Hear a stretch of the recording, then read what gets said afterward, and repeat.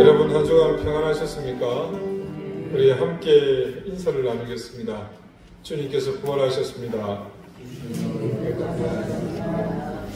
예수님의 부활하신 능력이 여러분 인생과 여러분 가정과 또 사랑하는 자녀들 가운데 충만하시길 기원합니다. 이제 다 같이 자리에서 일어나셔서 2024년 부활절 감사예를 하나님 앞에 드리겠습니다.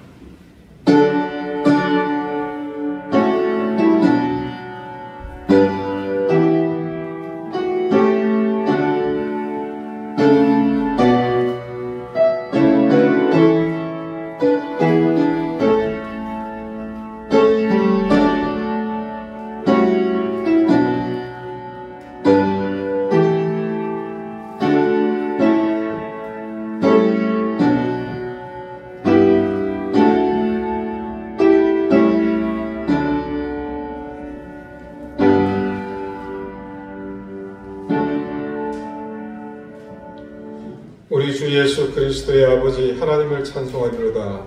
그의 많으신 긍휼대로 예수 그리스도를 죽은 자 가운데서 부활하게 하심으로 말미암아 우리를 거듭나게 하사 산 소망이 있게 하시며 썩지 않고 더럽지 않고 쇠하지 아니하는 유업을 있게 하시나니 곧 너희를 위하여 하늘에 간직하신 것이라. 아멘. 오늘 이 아침 주님이 부활하심으로 흑암은 물러갔으며 죽음의 권세는 이제 우리의 발 아래에 놓였습니다.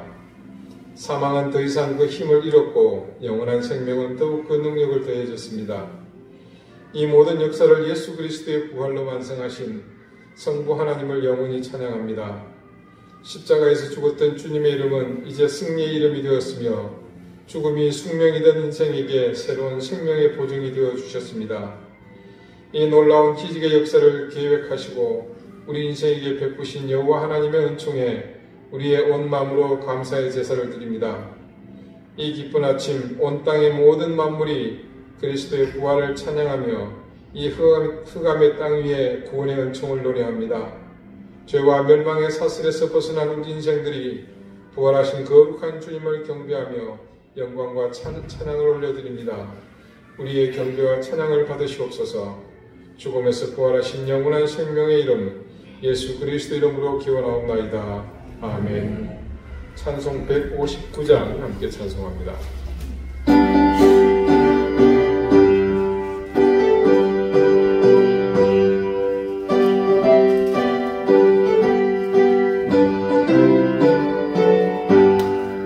기뻐 찬송하세 주님 부활했네.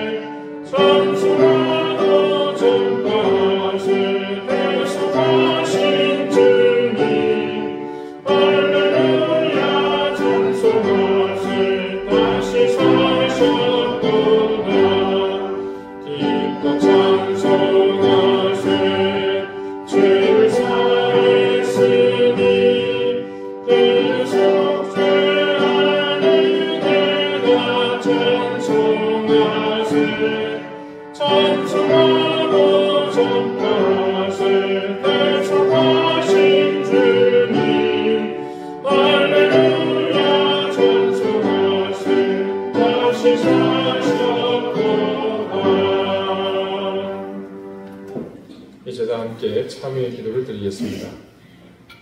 주님, 우리의 죄 때문에 고통과 멸시의 십자가를 지고 골고다를 오르시는 주님을 보며 우리는 다짐했습니다.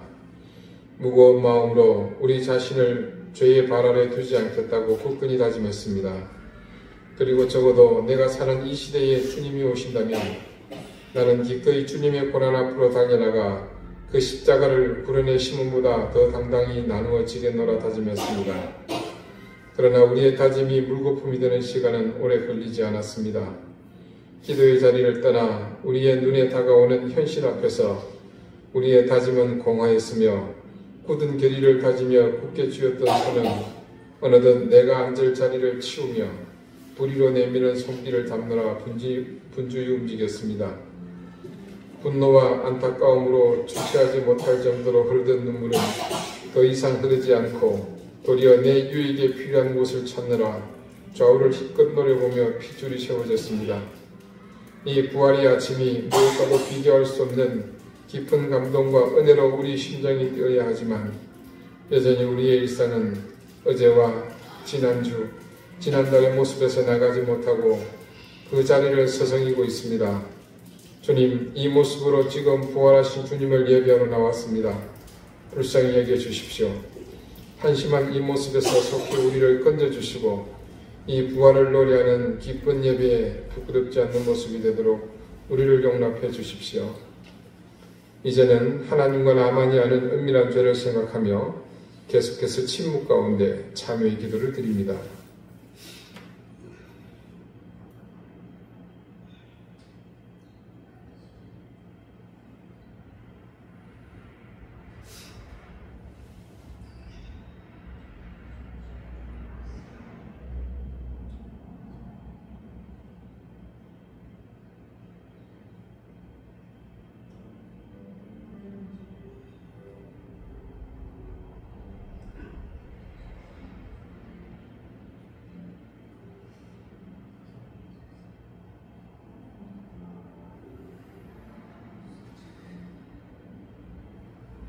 하나님께서는 자신의 부끄러운 죄를 솔직하게 고백하는 사람들에게 말씀하십니다. 그가 빛 가운데 계신 것 같이 우리도 빛 가운데 행하면 우리가 서로 사귐이 있고 그 아들 예수의 피가 우리를 모든 죄에서 깨끗하게 하실 것이요. 아멘. 이제는 사도신경으로 우리의 신앙을 고백하오니 나는 전능하신 아버지 하나님 천지의 창조주를 믿습니다. 나는 그의 유일하신 아들 우리 주 예수 그리스도를 믿습니다. 그는 성령으로 잉태되어 동정녀 마리아에게서 나시고 본디오 빌라도에게 고난을 받아 십자가에 못 박혀 죽으시고 장사된 지 사흘 만에 죽은 자 가운데서 다시 살아나셨으며 하늘에 오르시어 전능하신 아버지 하나님 우편에 앉아 계시다가 거기로부터 살아있는 자와 죽은 자를 심판하러 오십니다. 나는 성령을 믿으며 거룩한 공교회와 성도의 교제와 죄를 용서받는 것과 몸의 부활과 영생을 믿습니다. 아멘. 자리에 앉으시기 바랍니다. 이제 다 함께 성신을 교독하겠습니다. 성신은 교독문 134번 부활절 2입니다.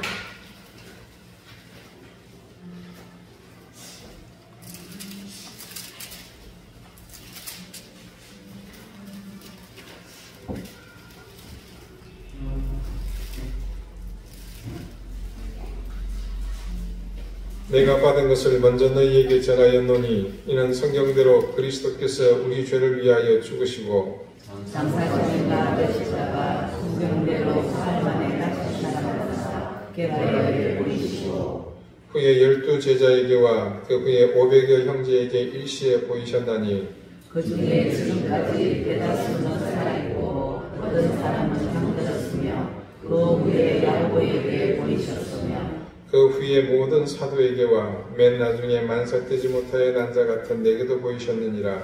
그리스도께서 만일 다시 살아나지 못하셨으며 우리가 전파하는 것도 못 보시며 또 너희 믿음도 못 보시며 만일 그리스도 안에서 우리가 바라는 것이 다만 이 세상의 삶뿐이면 모든 사람 가운데 우리가 더욱 불쌍한 자이리라. 그러나 이제 그리스도께서 죽은 자 가운데서 다시 살아나사 잠자는 자들의 전 열매가 되셨도다. 아멘. 기도드리겠습니다. 십자가 위에서 죽임을 당하시고 음부에 내려가셨다가 사흘 만에 그 사망의 권세를 깨뜨리시고 부활하신 주님, 이제 우리에게 십자가의 주님이시오 부활의 첫 열매로 오셔서 우리를 죄와 사망에서 건져주심을 감사드립니다. 이 놀라운 부활의 은총을 입은 우리 모든 주의 자녀들이 이 시간 영광과 존귀와 찬송을 부활하신 영광의 주님을 향해 올려드립니다. 오늘 이 땅, 이 시대 가운데 어느 때보다도 부활의 능력을 우리는 기대하고 있습니다. 전쟁으로 무고한 생명들이 매일 목숨을 잃는 일이 자행되고 있으며 세상은 죄악이 넘쳐나고 불의가 성하며 사람보다 물질이 앞서고 황금을 쫓아가는 세상에서 잃어버린 복음의 능력이 다시 살아나기를 원합니다. 오늘 우리가 드리는 이 예배를 통해 모든 주의 자녀들이 부활하신 주님의 능력을 덧입고 헛된 욕망과 부질없는 욕심을 쫓아가던 삶을 멈추고 참된 진리의 말씀만을 따라가는 인생으로 변화되게 해주십시오. 이 나라와 민족을 사랑하시는 주님, 이 나라와 이 민족을 불쌍히 여겨주시옵소서. 팬데믹 이후 고금리에 의한 경제 위기로 생업의 현장은 무너지고 민심은 찢기고 상하여 만신창이가 되었습니다. 주의 능력으로 이 나라를 강하게 하시옵고 이 민족을 굳건케 해주십시오. 복음의 능력으로 부강한 나라가 되게 하셔서 흔들림 없이 강인한 이 나라 이 민족이 되게 해주십시오. 이 땅에 정의가 살아 숨쉬게 하시고 공의가 빛을 발하며 하나님의 진리와 의가 강물같이 흐르게 해주십시오. 그리하여 불의한 자들의 설 곳이 없게 하시며 권력을 등에 업고 약한 사람을 멸시하며 가지지 못한 사람을 무시하는 일이 더 이상 일어나지 않게 하시며 불법을 자행하여 자신의 욕망을 채우는 자들이 모두 사라지게 해주십시오. 4월 10일에 국회의원 선거가 있습니다. 이제는 불의한 과거를 감추지 못하는 세상이 되고 말았습니다.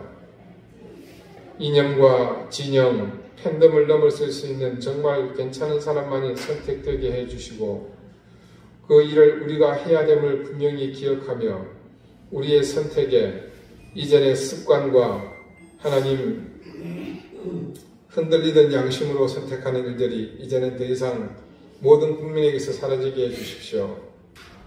하나님, 우리가 주님의 자녀로서 이 땅의 빛과 소금이 되어 하나님의 은혜의 빛을 세상에 비추는 그런 인생들 되게 해주십시오.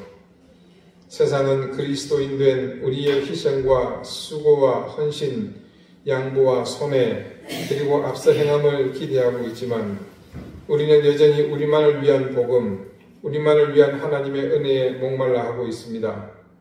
주님, 이제는 우리가 이전에 이기적이고 나 중심적인 신앙에서 벗어나 주님이 그리셨듯 남을 위해 헌신하며 희생하며 양보하고 손해보는 일을 즐겁게 감당하게 해 주십시오. 주님, 이 주간 우리가 더욱 부활하신 주님의 이름을 증거하며 세상을 이겨나가는 한 주가 되게 해 주십시오. 이 승리의 행진은 우리의 인생을 통틀어 거침없이 진행되어야 할 것이며 이곳 제주 땅을 비롯하여 주님의 이름으로 세워진 모든 교회를 통해 거침없이 이루어져 이 땅의 모든 어둠과 허감의 건설을 물리치며 나가게 해 주십시오. 우리 눈앞에 보이는 우는 사자들을 두려워하지 않고 세상의 권세를 능히 이기고도 남을 부활의 능력을 의지하여 주의 이름으로 반드시 승리할 것을 믿고 나가게 해 주십시오. 오늘 거룩한 주의 날에 드리는 이 예배가 그런 확신과 믿음의 결단의 장이 되게 하시고 이제 우리 앞에 부활의 증인으로 살아갈 사명을 다시금 새롭게 하는 시간 되게 해 주십시오. 사랑하는 우리 이든교회 교우들 가정에 평강을 주시고 생업을 붙잡아 주시며 무엇보다도 자녀들의 앞길을 열어주십시오. 특별히 질병으로 고통받는 가족들을 주님 부활의 능력으로 치유해 주시기를 구합니다.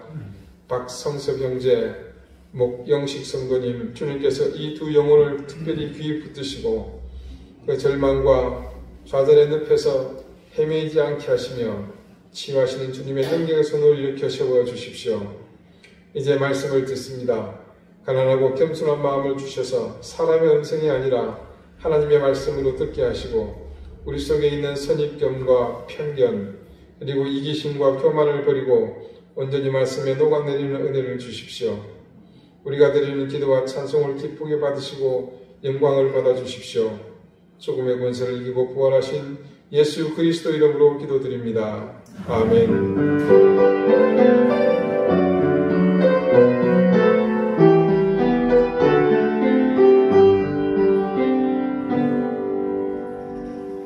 161장 함께 찬송하겠습니다.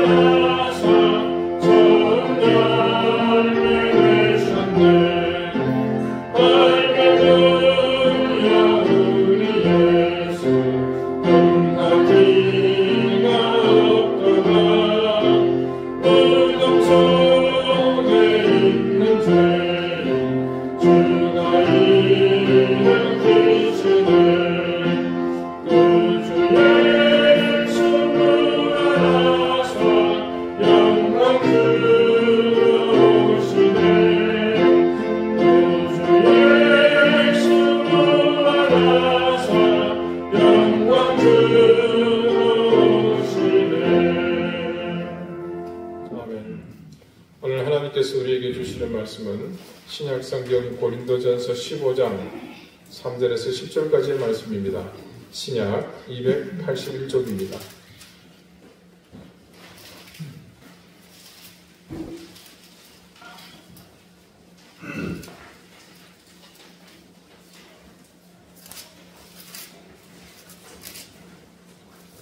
고린도전서 15장 3절에서 10절까지의 말씀을 제가 읽겠습니다. 이제 다 같이 자리에서 일어나 하나님의 말씀을 경청하십시오. 내가 받은 것을 먼저 너희에게 전하였노니 이는 성경대로 그리스도께서 우리 죄를 위하여 죽으시고 장사 지낸 바 되셨다가 성경대로 사흘 만에 다시 살아나사 게바에게 보이시고 후에 12제자에게와 그 후에 500의 형제에게 일시에 보이셨나니 그 중에 지금까지 대다수는 살아있고 어떤 사람은 잠들었으며 그 후에 야고보에게 보이셨으며 그 후에 모든 사도에게와 맨 나중에 만삭되지 못하여 난 자 같은 내게도 보이셨느니라. 나는 사도 중에 가장 작은 자라. 나는 하나님의 교회를 박해하였으므로 사도라 칭함을 받기를 감당하지 못할 자니라. 그러나 내가 나된 것은 하나님의 은혜로 된 것이니 내게 주신 그의 은혜가 헛되지 아니하여 내가 모든 사도보다 더 많이 수고하였으나 내가 한 것이 아니요 오직 나와 함께 하신 하나님의 은혜로라. 아멘. 자리에 앉으시기 바랍니다. 하나님께서 이 말씀을 우리에게 은혜 주시기를 원합니다. 이 시간은 주일학교 어린이들의 찬양이 있겠습니다.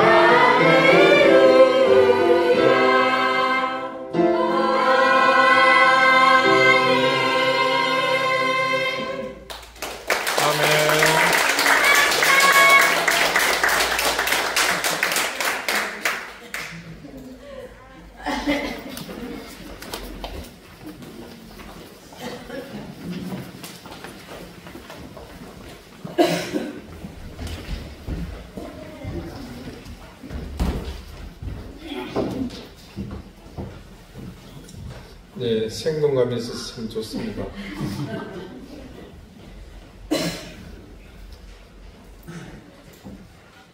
사도행전 26장 24절에서 26절에 기록된 말씀입니다.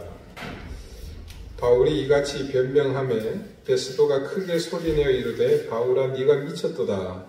네 많은 학문이 너를 미치게 한다 하니 바울이 이르되 베스도 각하여 내가 미친 것이 아니요 참되고 온전한 말을 하나이다. 왕께서는 이 일을 아시기로 내가 왕께 담대히 말하노니 이 일에 하나라도 아시지 못함이 없는 줄 믿나이다. 이 일은 한쪽 구석에서 행한 것이 아니니이다. 바울이 예루살렘에서 유대인들에게 체포되었죠. 그때 바울은 가이사에게, 로마의 황제 시저에게 상소합니다. 그런 이유로 총독이 머무는 가이사랴에 구금당하게 되는데, 그때 로마에서 파견한 총독 베스도가 새롭게 부임합니다. 바울은 새로 부임한 총독 앞에서 그 지역을 담당하는 분봉왕 아그리빠와 함께 있는 그 자리에서 자신을 변론할 기회를 얻습니다. 방금 읽어드린 사도행전의 말씀은 그러니까 바로 그때 그 베스도 총독과 아그리빠 앞에서 바울이 변론을 했고 그 변론을 듣고 난 뒤의 상황을 기록한 겁니다. 그때 바울의 변명을 들은 베스도 총독이 됐던 다음과 같이 말합니다.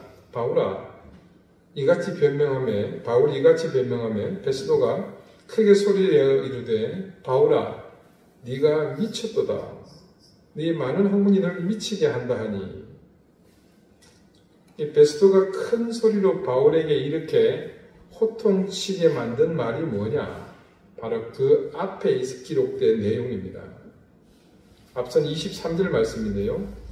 곧 그리스도가 고난을 받으실 것과 죽은 자 가운데서 먼저 다시 살아나사 이스라엘과 이방인들에게 빛을 전하시리라 함이니라 하니라. 동서고금을 막론하고 여러분, 죽은 사람이 되살아나는 이야기는 사실 설득력이 없습니다. 그러니 그 지역에서 가장 높은 지위에 있는 총독에게는 더욱 정신 나간 사람의 소리로밖에는 들리기 만무합니다. 그런데 바울은 어쩌면 호통치듯 소리 지르면서 말하는 베스도 총독에게 침착하게 그리고 놀랍도록 확신에 찬 대답을 합니다. 바울이 이르되 베스도 각하여 내가 미친 것이 아니오 참되고 온전한 말을 하나이다. 바울은 그러니까 조금 전 말한 그 부활에 관한 자신의 신앙이 온전하다고 합니다. 여기 25절 우리말 온전하다로 번역된 헬라어 소프로스네는요, 정신이 온전한, 자제력이 있는 이라는 뜻입니다. 영어 번역 성경들을 찾아보면요, 일부 번역은 이 온전하다는 말을 술에 취하지 않았다는 의미의 sobriety라는 단어를 사용하는데요. 특별히 NIV 성경은 reasonable로 번역을 했습니다. 상당히 이성적이고 신중하다, 이게 합리적이다, 이런 의미죠. 그러니까 바울이 지금 변론한 이야기, 즉 부활에 관한 주장은 감정이나 어떤 심적인 느낌을 이야기한 것이 아니고 증거가 명확하고 또 입증할 수 있는 논거가 있는 논증이라는 뜻입니다. 또한 바울은 그것에 대해 분명히 못 받고 있는 것이 있습니다. 왕께서는 누굽니까? 베스도 총독 아래에 있는 왕 아그리빠를 얘기하는 겁니다. 왕께서는 이 일을 아시기로 내가 왕께 담대히 말하노니 이 일에 하나라도 아시지 못함이 없는 줄 믿나이다. 이 일은 한쪽 구석에서 행한 것이 아니니이다. 아그리빠 왕, 당신이 이미 예수님의 죽음과 빈 무덤, 목격자들이 보고한 부활에 관한 모든 사실을 알고 있지 않냐는 겁니다. 바울이 그렇게 말한 이유가 있죠. 방금 읽지 않은 뒷부분이 있죠. 읽었네요, 제가. 이 일은 한쪽 구석에서 행한 것이 아닙니다. 그냥 그렇습니다. 예수님의 부활은요, 어디 저기 멀리 산골짜기 사람이 없는 조그만 곳에서 펜션을 빌려가지고 거기 다락방에 들어가서 이렇게 혼자 부활하신 게 아닙니다. 이것은 그 당시 모두가 아는 공공연한 지식이었고, 따라서 바울의 그런 주장은 미친 소리가 아니라 소프로스네 모든 것이 입증 가능한 논리적이고 매우 이성적인 그런 주장이었습니다. 베스도 총독과 아그리빠 왕 앞에서 바울이 증언한 그 일은 오늘 본문의 말씀에 그대로 과거와 현재 그리고 미래의 그 글을 읽는 모든 사람에게 그때마다 증거되고 있습니다. 우리가 읽는 이 순간에도 그것은 분명한 사실로 드러납니다. 오늘 본문 말씀 속에서 바울의 논증 가운데에는요, 두 가지 부활에 대한 중요한 사실이 드러납니다. 먼저는 빈 무덤입니다. 예수님은 십자가에 달려서 돌아가셨습니다. 일반적으로는 사실 이렇게 끝나야 하는데요, 실제로는 그게 끝이 아니죠. 사절이 어떻게 시작합니까?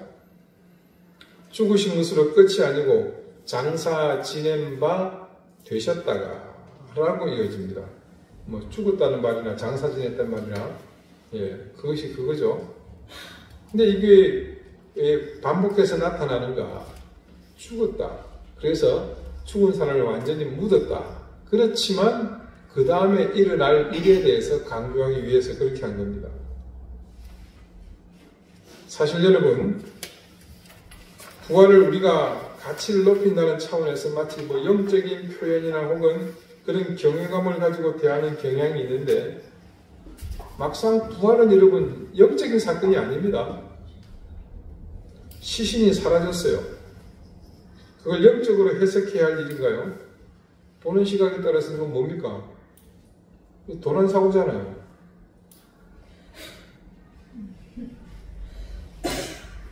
시신이 사라지니까 묻으면 어떻게 됩니까? 빈 무덤이 되는 겁니다. 이게 신앙적이고 굉장히 형이상학적인 어떤 신학을 가지고 얘기해야 될 것이 아니고, 가보니까 무덤이 비어 있는 거예요. 예수님의 부활을 인정하지 않는 사람들까지 포함해서 대다수 학자가 빈 무덤은 사실로 다 받아들입니다. 그리고 유대인 사회에서도 그래요. 그 당시에 시신을 그냥 썩도록 밖에 내놓지 않고 장사 지내는 것은 그들에게 도저히 용납될 수 없는 일이었습니다. 자, 초대 그리스도인들은 예수님이 죽은 자 가운데서 부활하셨음을 믿었고 선포했습니다. 그러므로 무덤 속에 주님이 그대로 계심을 쉽게 가리켜 보일 수 있다면 부활하신 예수님을 믿는 믿음이 그게 여러분 오래 갈 수 있었겠습니까? 두 번째 주된 논증은요, 다양한 정황에서 수많은 사람이 부활하신 예수님을 보았다고 증언했다는 점입니다. 부활 이후의 행적을 기록한 복음서의 말씀을 읽어보신 분이라면 그분이 자신을 딱 한 번, 그것도 제대로 연출을 해서 드라마틱하게 보이신 것이 아님을 잘 아실 겁니다. 복음서에 드러난 예수님의 부활하신 이후에 드러난 행적을 요약해보면 이렇습니다. 그분은 공간적으로는 유대에, 예루살렘에, 갈릴리에, 또 성읍에, 시골에, 어떨 때는 실내에, 실외에 또 나타나셨습니다. 시간적으로 보면 아침에, 저녁에, 때로는 예고하신 대로, 때로는 예고 없이 나타나셨습니다. 시각적으로는 가까이에, 또 멀리에, 산 위에, 호숫가에 나타나셨습니다. 관계 속으로 보자면 여러 남자에게, 또 여러 여자에게, 1개인에게, 그리고 500여 명에게 동시에 나타나기도 하셨습니다.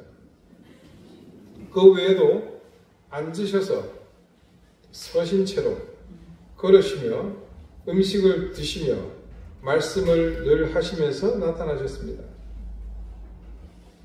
단지 시각적으로 그렇게 인지된 것으로 그치지 않고 직접 대화까지 나눈 명백한 근접, 우리 예민한 거 있죠? 대면. 대면이 많았다는 것도 확인할 수가 있습니다. 많은 다수의 개개인이 죽은 자 가운데서 다시 살아나신 예수님을 실제로 보고 전하지 않고서야 복음서는 물론이거니와 초대 기독교 서신에 기록된 이렇게 많은 예수님의 출현을 상상하기는 어렵습니다. 이후 많은 사람이 이런 목격자 진술을 반박하려고 했습니다. 여러분도 많이 들어보셨을 텐데 가장 흔한 주장은 그런 진술을 이 신약의 성경을 기록한 사람들이 지어냈다.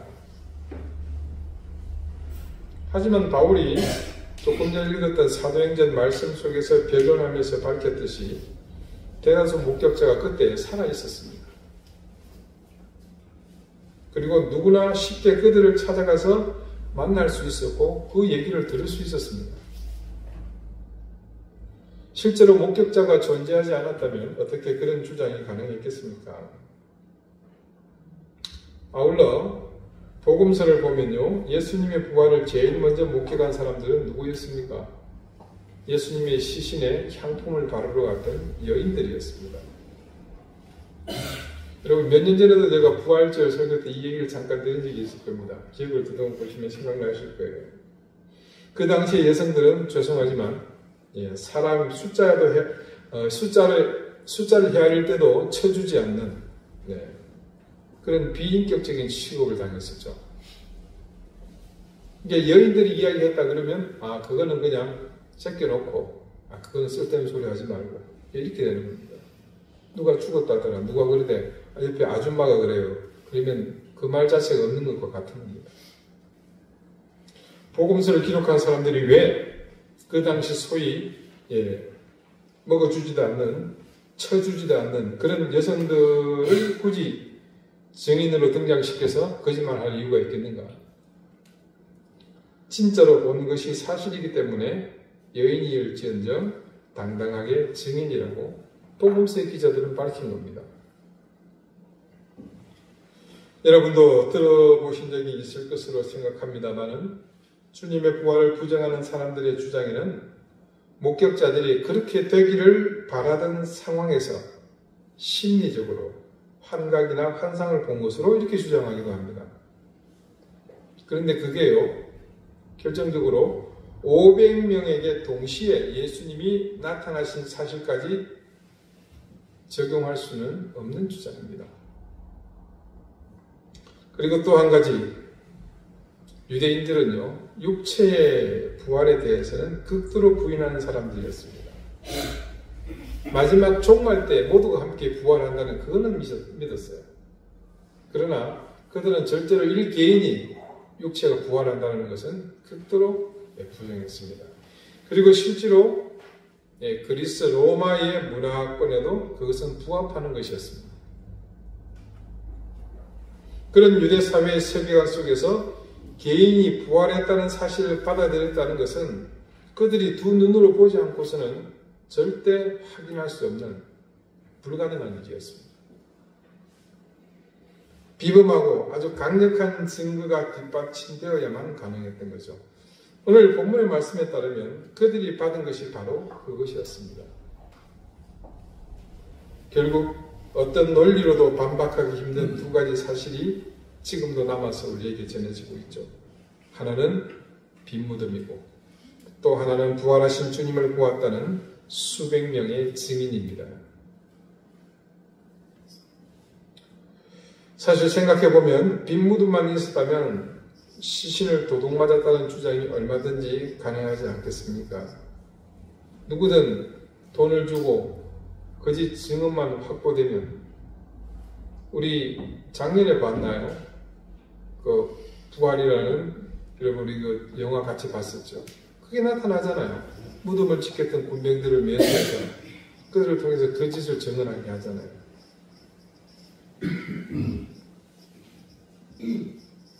그래서 그런 증언만 확보된다면 부활했다는 이 사실을 몽상으로 치부할 수 있습니다. 그러나 조금 전 말씀드린 이 두 가지가 함께 있다가 보니까 필시 그곳에 뭔가 그런 비범한 일이 벌어졌구나라는 합리적인 추론을 가능하게 하는 증거가 된 것입니다. 근데 여러분, 만약에 부활을 배제하고 생각해 봅시다. 그러면 기독교 신앙은요, 굉장히 심각한 난관에 봉착하게 됩니다. 그 난관은 다른 것이 아니라 또 다른 대안을 찾아야 하는 겁니다. 이 두 가지 사실과 더불어 이어서 일어난 교회의 탄생이 어떻게 가능했는지 그것을 입증할 대안을 찾아야 되는 거예요. 한 신학자의 이야기가 그런 면에서 정말 공감이 갑니다. 빈 무덤은 초대 그리스도인들이 꾸며낸 것이 아니며 부활하신 예수님을 만났거나 본 일도 마찬가지다. 그런 것을 예상한 사람은 아무도 없었다. 그들이 아무리 극적인 회심을 체험했고 아무리 죄책감이 컸고 또는 용서에 감격했고 아무리 장시간 성경을 파고 들었어도 이것을 지어냈을 리는 없다. 이를 부인한다면 역사 연구를 떠나 자기만의 공상의 세계로 들어가는 것이다. 얼마나 적절한 표현입니까? 우리는 초대교회, 더불어 로마의 압제하에 있었던 1세기 교회의 상황에 대해 대략 아는 바가 있죠. 그때의 교회는 지금 우리와 같이 자유롭고 분방한 신앙생활이 보장되던 때가 아님을 잘 압니다. 단지 배척받고 혹은 주변으로부터 공격을 당하는 정도의 위치가 아니었죠. 국가를 지배하고 있는 세력은 교회를 주적으로 생각했고 정책적으로 박해를 가했습니다. 그 박해의 정도는 가장 최고의 수준, 생명을 내어놓아야 할 정도로까지 치닫게 됩니다. 그런데 그 시기에 교회가 쇠락하고 소멸해야 하는 상황인데도 그 믿음의 선배들은 피를 흘리면서까지 신앙을 버리지 않았습니다. 사자밥이 되고 십자가에 매달리고 칼에, 돌에, 불에 그렇게 생명을 내어주면서까지 신앙의 절개를 지키며 그분을 메시아로 믿었다는 것을 그분의 부활이 없이 과연 설명할 수 있겠습니까? 바로 이 시점에, 그러니까 부활을 확인하고 믿었던 신앙과 그리고 교회의 태동과 그 박해 속에서 흔들리지 않았던 그 가운데는 분명한 접점이 있습니다. 그것을 오늘 본문의 말씀 속에서 찾을 수 있습니다. 바울은 3절에서 시작하여 8절에 이르기까지 부활이 사실일 수밖에 없는 정확한 논지를 펼친 다음에요. 그 다음에 9절부터는 그 일이 자신에게 어떤 영향을 미쳤는지, 자기에게 일어난 일을 그 간증을 덧붙이고 있는 것을 볼 수 있죠. 오늘 본문 9절과 10절 말씀입니다. 나는 사도 중에 가장 작은 자라. 나는 하나님의 교회를 박해하였으므로 사도라 칭함받기를 감당하지 못할 자니라. 그러나 내가 나된 것은 하나님의 은혜로 된 것이니 내게 주신 그의 은혜가 헛되지 아니하여 내가 모든 사도보다 더 많이 수고하였으나 내가 한 것이 아니요 오직 나와 함께 하신 하나님의 은혜로라. 바울이 이렇게 기록한 목적이 있습니다. 주님이 부활하신 사실이 분명한 사실이며 그것은 또한 예언을 성취하는 것과 더불어 하나님의 역사심을 분명히 증거하는 진리입니다. 그런데 그 진리가 도대체 내게 무슨 의미냐는 겁니다. 그것이 무엇이길래 그 사실을 알게 된 사람들은 목숨을 내놓으면서까지 그 사실을 증언하고 교회를 이루게 되었냐는 말입니다. 성경 말씀에는 등장하지 않지만 그 경험을 모두가 증거하거나 간증할 수는 없지만 바울만큼은 자신의 편지를 통해 분명하게 그 사실을 간증하고자 한 겁니다. 우리가 아는 바울 그리고 그 시대를 살았던 사람들은 모두 바울이 완전히 딴 사람으로 변한 사실을 잘 압니다. 도대체 무엇이 그를 완전히 다른 사람으로 변화하게 한 겁니까?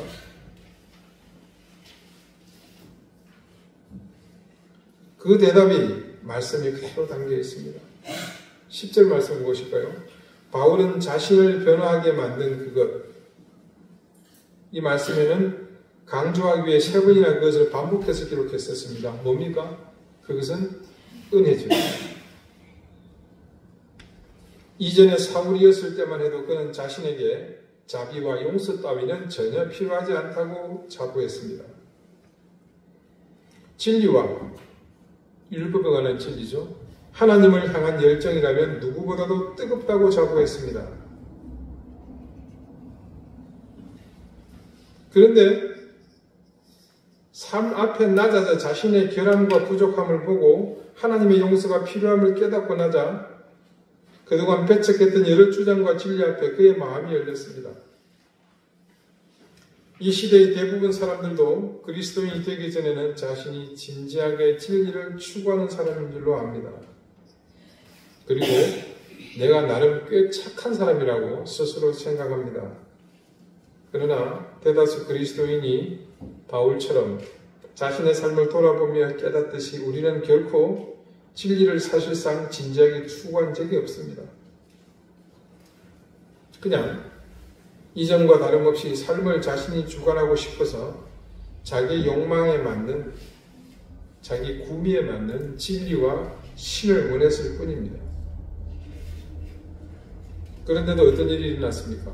하나님은 우리를 찾아오셔서 만나주셨고 우리의 눈이 멀어서 타당한 이유도 없이 그분을 불신하고 있음을 은혜롭게 깨우쳐주셨습니다. 바울에게 벌어진 일도 바로 그것입니다. 바울은 하나님이 어떤 분이시고 예수가 누군지 자신이 안다고 생각했지만 전부 잘못 알았습니다. 여러분 혹시 리틀 빅 히어로라는 영화를 보신 적이 있습니까? 1990년대에 개봉했던 영화인데 그 더스틴 호프만 키 작은 배우 있잖아요. 이게 리틀 빅 작지만 큰 영웅 뭐 이렇게 내용이 되나요?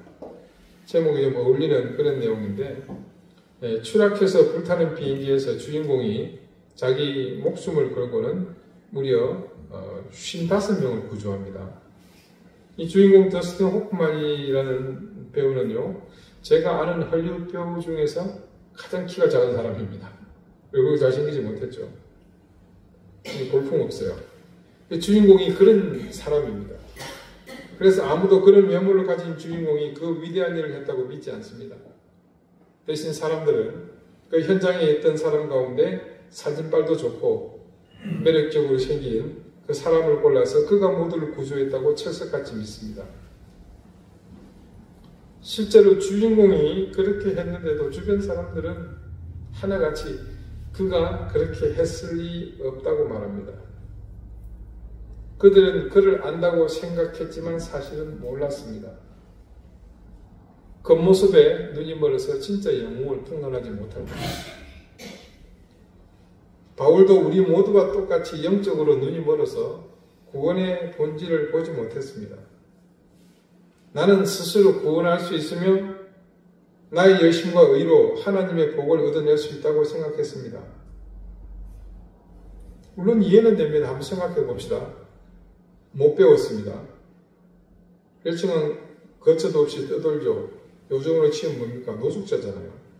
그리고 저주를 받아서 십자가에 달려 죽기까지 했습니다. 누구 얘기입니까? 예, 선지자라고 메시아라고 얘기하는 나사렛 출신, 가난한 동네 목수의 아들로 살다가 그렇게 죽은 예수를 바울은 그래서 절대로 구주로 메시아로 인정할 수가 없었죠. 바울은 그랬던 겁니다.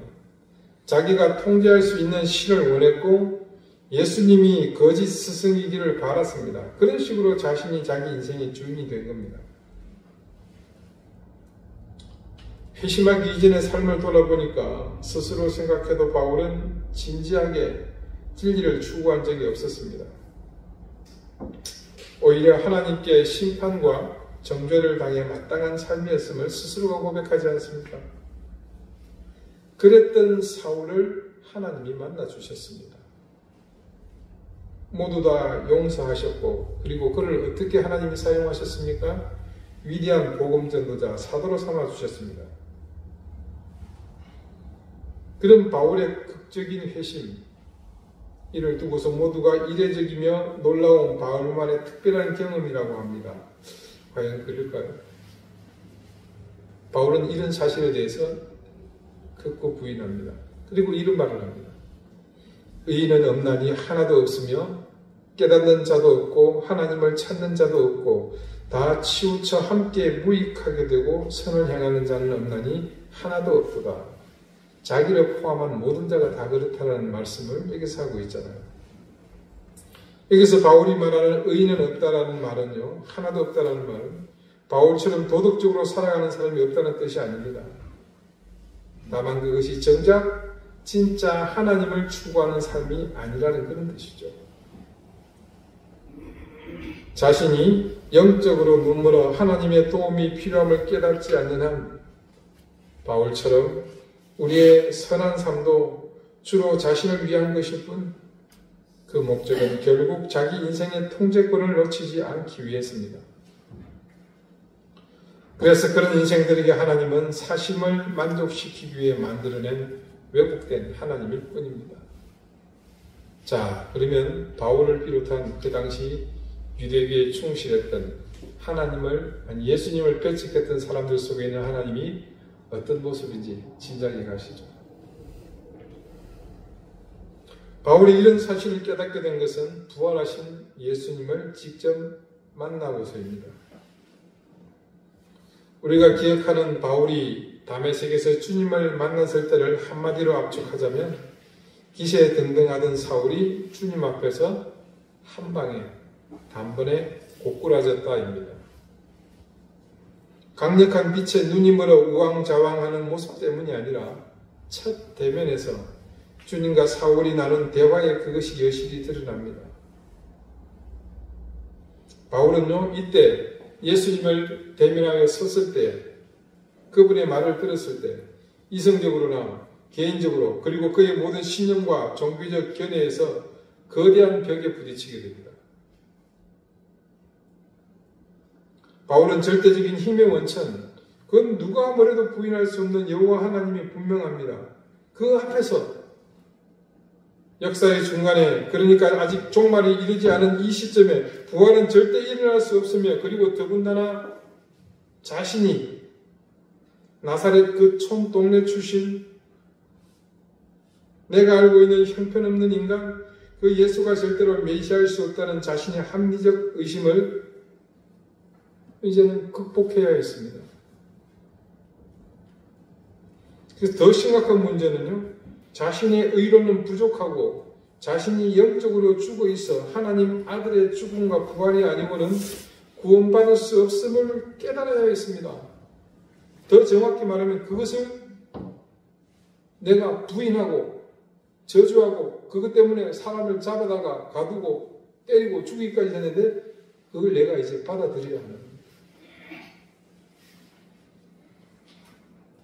스스로 최고인 줄 알았던 바울은 결국 자신이 가장 작은 자임을 깨닫게 된 거죠. 그러고 나서야 큰 인물이 될 수 있었던 겁니다. 그래서 오늘 바울은 이렇게 말하지 않습니까?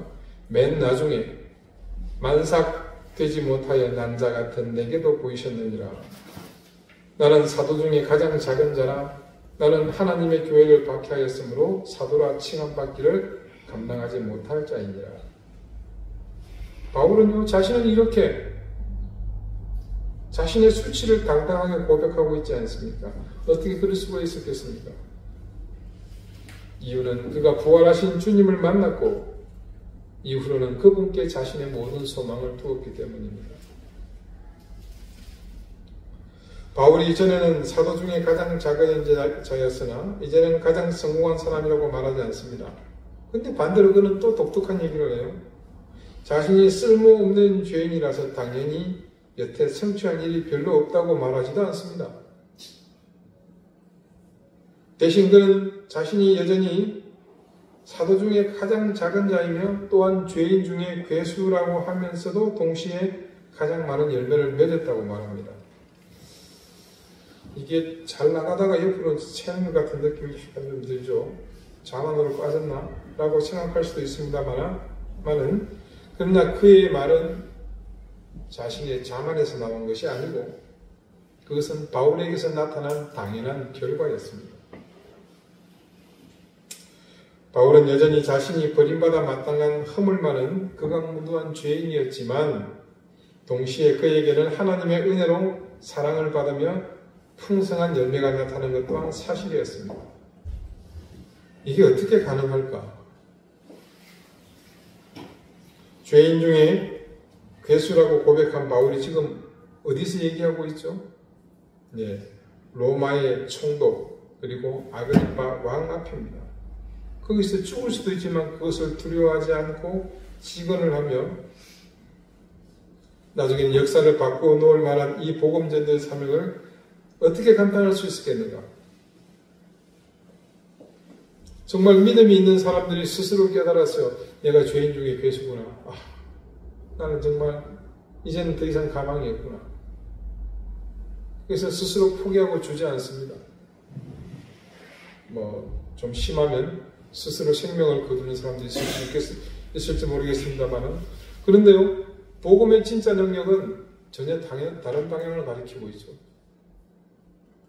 네가 죄인의 괴수라는 사실을 나도 안다. 그래서 내가 널 보고 그 죄에 대해서 대가를 치르라고, 죄값을 치르라고 단 한 번이라도 요구한 적이 있느냐? 아마 하나님은 그런 생각을 하는 사람에게 이렇게 말씀하실 겁니다. 그러면서 그분은 스스로 죄인도 그냥 죄인이 아니라 역대급 죄인으로 괴수급인 우리를 그리스도의 사랑 안에서 온전히 받아주실 겁니다. 우리가 이 사실을 믿을 때 우리는 자신의 죄와 연약함 그리고 한계를 인정하는 것과 동시에 그럼에도 불구하고 나를 용서하시고 당신의 도구로 사용하실 것을 알게 됩니다. 바울의 자기 고백 그리고 이런 자아상은 바로 그런 사실을 인식하는 데에서부터 시작했던 겁니다. 이제껏 우리는 주님의 부활을 노래하며 찬양하며 그 놀라운 사실에 감사하는 것을 이 시기가 되면 반복적으로 해왔습니다. 그런데 우리는 자칫 주님의 부활을 목격한 사람들이 모진 박해와 핍박 속에서도 그 부활을 믿는 믿음으로 교회를 태동시키고 그 사실을 전파하는 사명으로 살았던 이유에 대해서는 주님의 부활과 연결고리를 찾으려고 하지 않았습니다. 주님의 부활은 이성과 머리로 우리는 충분히 인식하고 있으며 또한 그 시대와 다르지 않게 우리도 확고한 부활에 대한 믿음이 있음을 확신할 수 있습니다. 그런데 그 믿음과 확신이 그때와 다르지 않다고 자신할 때는 우리 역시 그때의 믿음의 선배들이 특히 가장 두드러진 본보기가 되었던 바울처럼 이성과 머리로 이해하는 것으로 그쳐서는 안 됩니다. 바울이 그 사실을 인식하고 믿음으로 그리고 한계에 부딪히고 자신의 과거가 송두리째 산산이 조각나서 전부 배설물로 여길 만큼 값어치가 없어졌으나 그런 바울을 하나님이 받아주시고 그런 인류 최대의 복음 전도자로 삼아 주시도록 자신을 내어드리는 그 모습을 기억하며 우리도 부활을 믿는 그 믿음에 따른 반응이 있어야 합니다. 디모데 켈러 목사님은 이 부분에 대해 다음과 같이 말합니다. 예수님은 정말 부활하셨을까? 그렇다. 하지만 당신이 이를 받아들일 수 있으려면 그 부활을 이성과 머리로 이해할 뿐 아니라 우리의 자아상에도 마음의 헌신에도 적용해야 한다. 그렇습니다.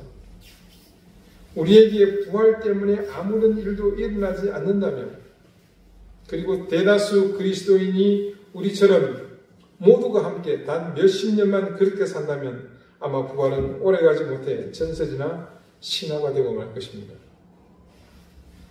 그런 삶은 부활을 소멸시키는 삶입니다.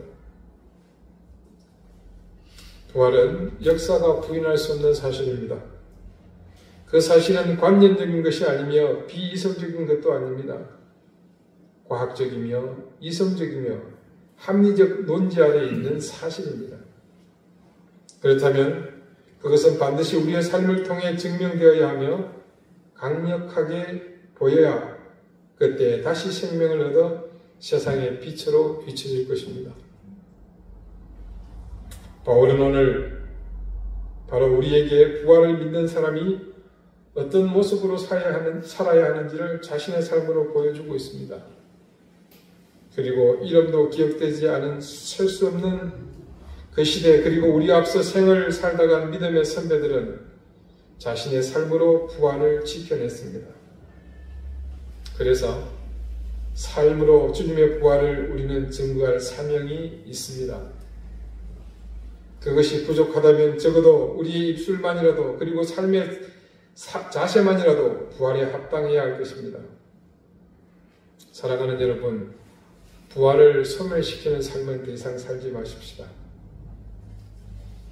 이제부터는 우리도 부활에 더 큰 생명을 불어넣는 그런 삶을 함께 살아가십시다.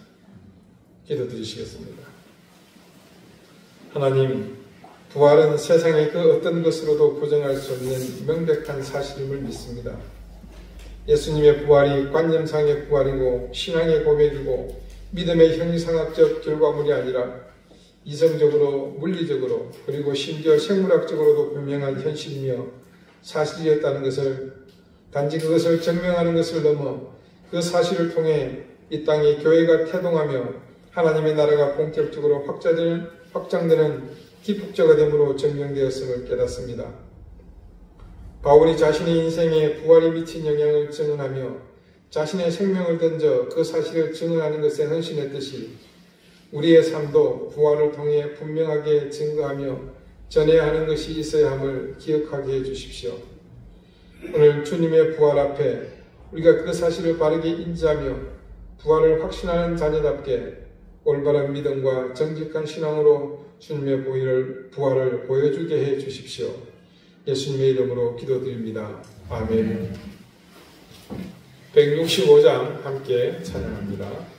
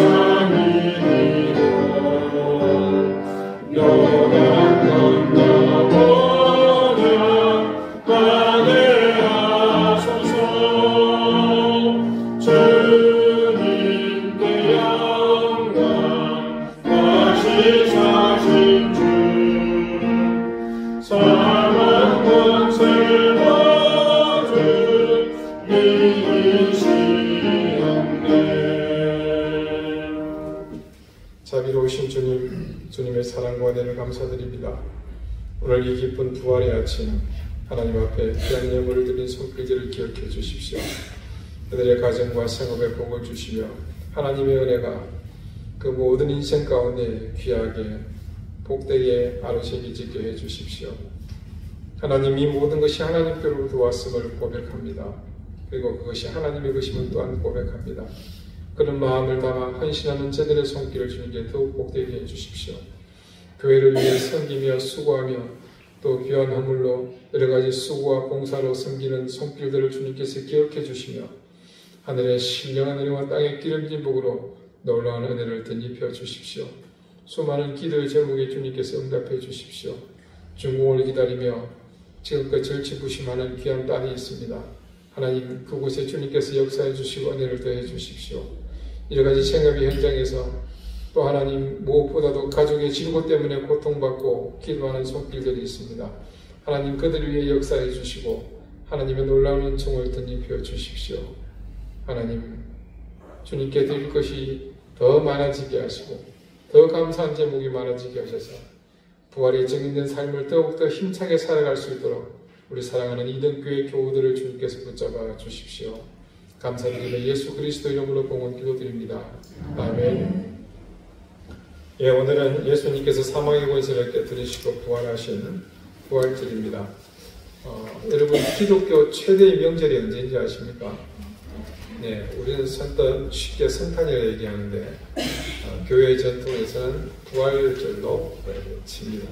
그래서 여러분 보시는 좌측에 부활, 오른쪽에는 성탄, 이렇게 해서 이제 모든 것이 완성이 됐습니다.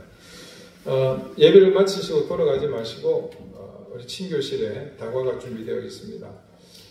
점심 식사를 안 하셔도 될 만큼의 양이 있으니까 함께 가셔서 친교를 나눴으면 좋겠습니다. 계속해서 우리 환우들을 위해서 여러분 잊지 말고 기도해 주시면 감사하겠습니다.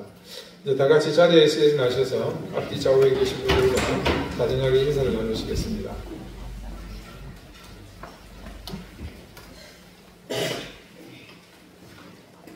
손님이 한 분 오셨네요. 네, 반갑습니다. 가지 마시고 함께 친교하고 가셨으면 좋겠습니다. 167장 함께 찬송하겠습니다.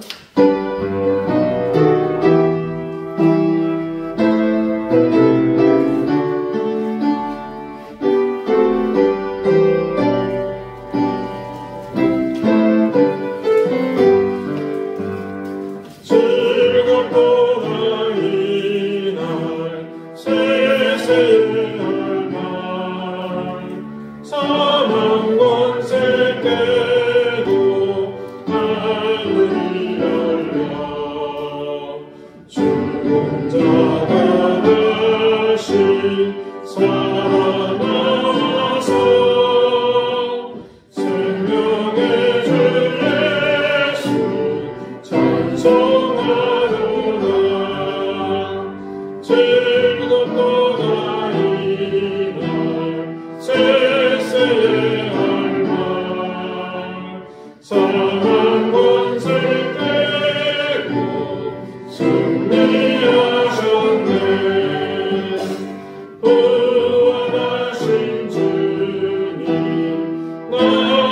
살아나시니 천지 만물 모두 새로 피었네. 꽃은 남발하고 잎이 우거져 승리하신 주를 찬송하도다. 즐겁도다이다 세세할 말 사망 권세 빼고 승리하셨네. 생명의 주 예수 주를 이기고 모든 문을 열고 살아나셨네. 주의 말씀대로 이루어져서 사흘 만에 다시 살아나셨네. 즐겁도다이다 세세할 말 사망 권세 빼고 승리하셨네. 아멘. 이제는 예수 그리스도의 은혜와 하나님의 사랑과 성령의 교통하심이 이 세상과 어떤 것으로도 부정할 수 없는 명백한 사실, 이 부활을 믿는 우리의 믿음이 단지 찬송과 경배로 그치는 것이 아니라 바울이 자신의 인생에 자신의 믿음에 그것이 어떻게 영향을 미치는지를 고백한 것처럼 우리 인생이 부활을 증명하며 증거하며 그것을 삶으로 나타내는 일에 매진하므로 우리 또한 부활을 증언하며 증거하는 삶을 살기를 다짐하는 우리 이den교회 모든 성도들과 저들의 가정과 생업 위에 이제로부터 영원토록 항상 함께 있을지어다. 아멘.